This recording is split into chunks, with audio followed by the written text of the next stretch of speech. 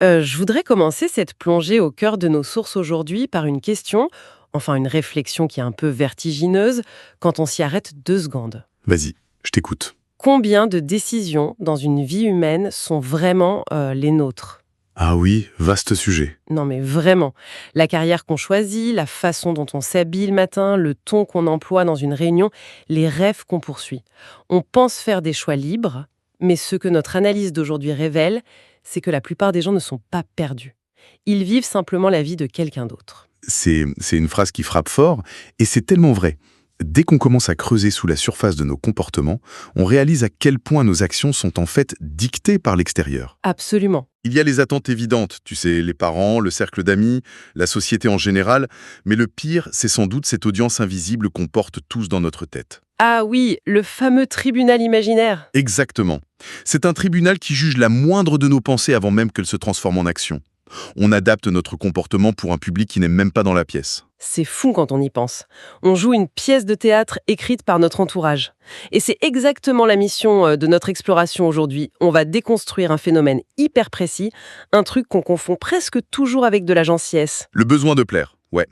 Le fameux people pleasing. Ouais, on se dit que c'est une qualité d'être arrangeant, d'être sympa, mais on va voir en croisant la psychologie moderne et la philosophie brute de Friedrich Nietzsche que c'est tout sauf inoffensif. C'est pas une vie qu'on construit, c'est une performance. Ouais, une performance épuisante. Et pour bien comprendre le problème, il faut réaliser un truc essentiel. Ce comportement n'a rien, mais alors rien à voir avec la bienveillance. C'est de la peur en fait. Totalement. C'est motivé par la peur. C'est une stratégie d'évitement pure et dure. Peur du jugement, peur d'être rejeté, peur viscérale de ne pas être assez bien. Donc on est loin de l'empathie altruiste, quoi. Ah bah on en est même à l'opposé. Et si on regarde ça sous l'angle de l'évolution humaine, tout s'éclaire. Attends, tu veux dire que notre cerveau reptilien joue encore un rôle là-dedans par rapport à l'époque où on vivait en tribu dans la savane? C'est en plein cœur du sujet. Il y a des dizaines de milliers d'années, le rejet du groupe, ça voulait pas juste dire passer un mauvais week-end ou se sentir un peu seul sur son canapé. Ça voulait dire la mort, non? Exactement. Le rejet, c'était l'exil.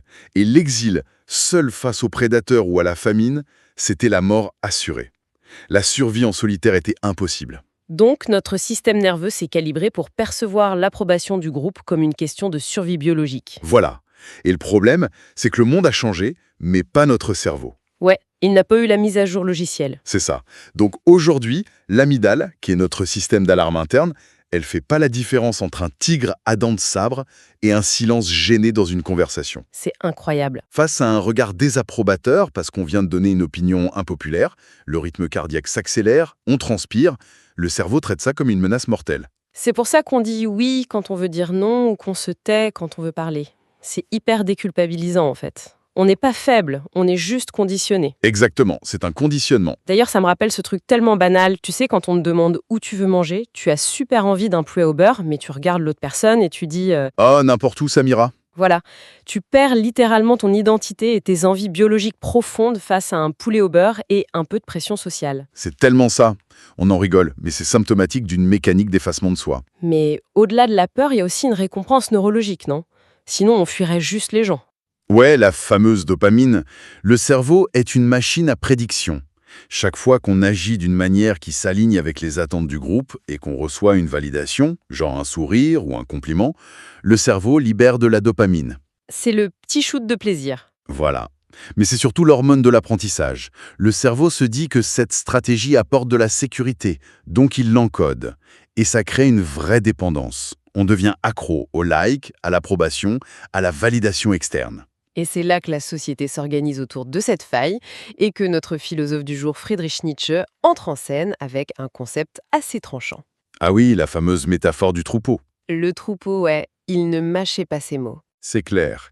Nietzsche observait que la plupart des gens ne pensent pas vraiment par eux-mêmes. Ils se contentent de suivre. Et attention, ce n'est pas une question de manque d'intelligence. Non, c'est une question de confort, c'est l'espace le plus sûr. Tout est déjà décidé, ce qui est bien, ce qui est mal, ce dont il faut avoir honte. Exactement. Le cerveau reptilien est apaisé, pas de risque de rejet, et la dopamine coule à flot grâce au sentiment d'appartenance. Mais et là, je me fais un peu l'avocat du diable. n'est-ce pas logique de suivre les règles du groupe? Je veux dire, on a besoin de maintenir une certaine harmonie sociale pour vivre ensemble, non? Bien sûr, la courtoisie mutuelle est nécessaire, mais Nietzsche fait une distinction vitale entre l'harmonie sociale et le sacrifice total de sa propre individualité. La limite est fine. Elle l'est. Le danger de suivre aveuglément le troupeau, c'est qu'on hérite inévitablement de ses limites.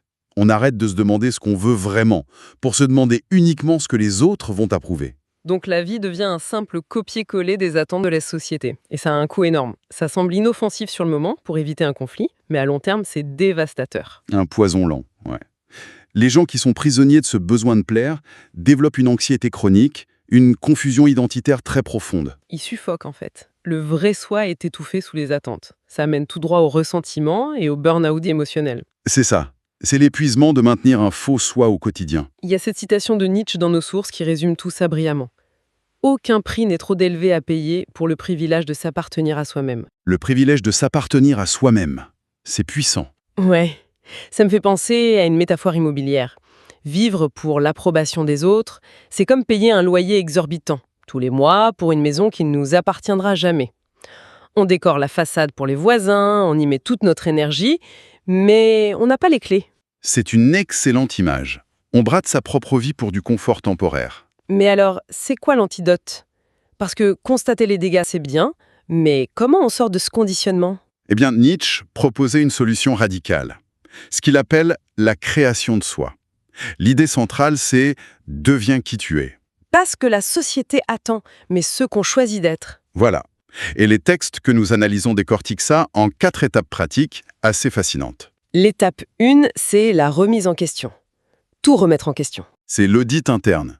Il faut faire le tri entre nos vrais choix et les comportements appris. Est-ce que cette croyance, ce désir, cette peur, c'est vraiment à moi, ou est-ce que ça a été préinstallé par mon milieu social? C'est le moment de réaliser que beaucoup de nos peurs sont juste des logiciels installés par d'autres. Ensuite, on passe à l'étape 2 qui est beaucoup plus dans l'action. Pratiquer de petites rébellions. Ouais, pas besoin de tout plaquer du jour au lendemain.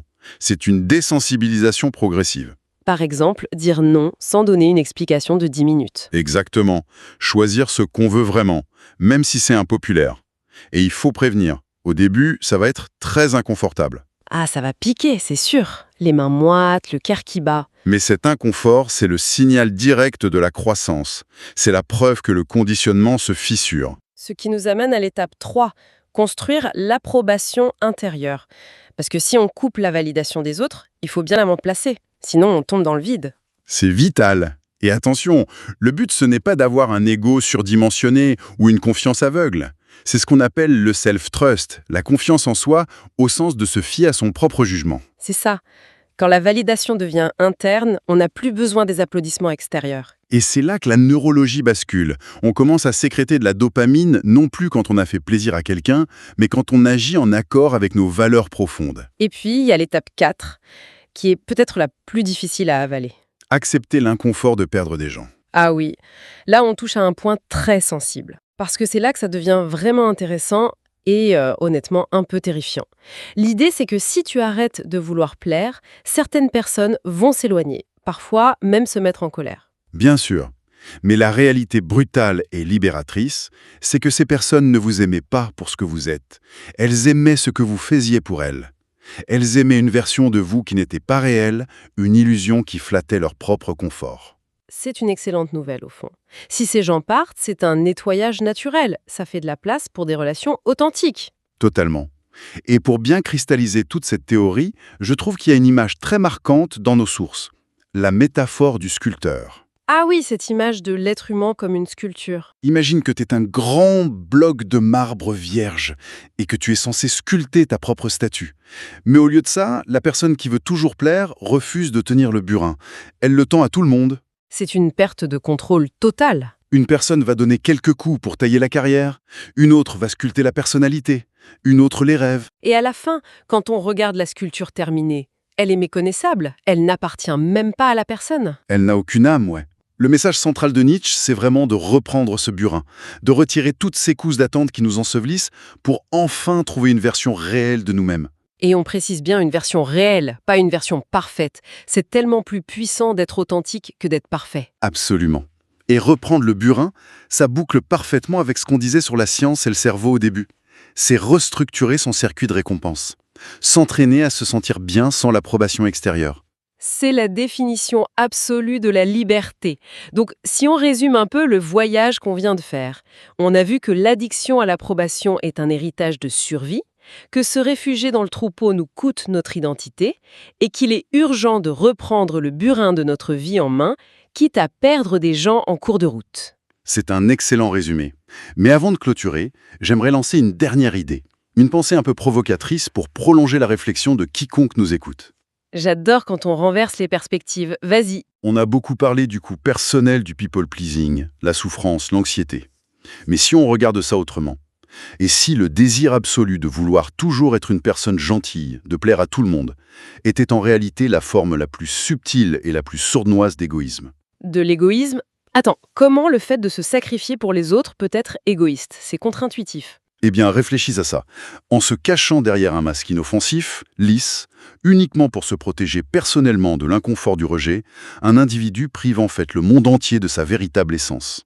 Oh waouh! Il prive la société de ses idées les plus originales, de ses désaccords constructifs, de sa vraie contribution. Protéger son petit ego du conflit devient plus important que d'apporter quelque chose d'authentique aux autres. C'est un changement de paradigme foudroyant. La véritable générosité exigerait donc d'être parfois brutalement authentique. Exactement. Il faut avoir la générosité de déplaire par moment pour offrir au monde quelque chose de solide et de vrai. C'est une réflexion magistrale.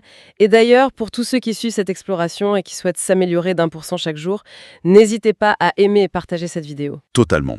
Et il est même possible d'écrire genre « je me choisis » dans les commentaires pour acter cette décision de ne plus chercher à plaire à tout prix. Sans oublier les ressources gratuites des livres électroniques qui peuvent vraiment aider à amorcer ce changement, qui sont disponibles via le lien dans la description. Voilà, je pense que le message est clair. Très clair. Et pour clore cette analyse, je citerai simplement la ligne finale de nos sources qui résonne comme un mantra. Il est temps d'arrêter de demander la permission et de commencer à créer sa vie.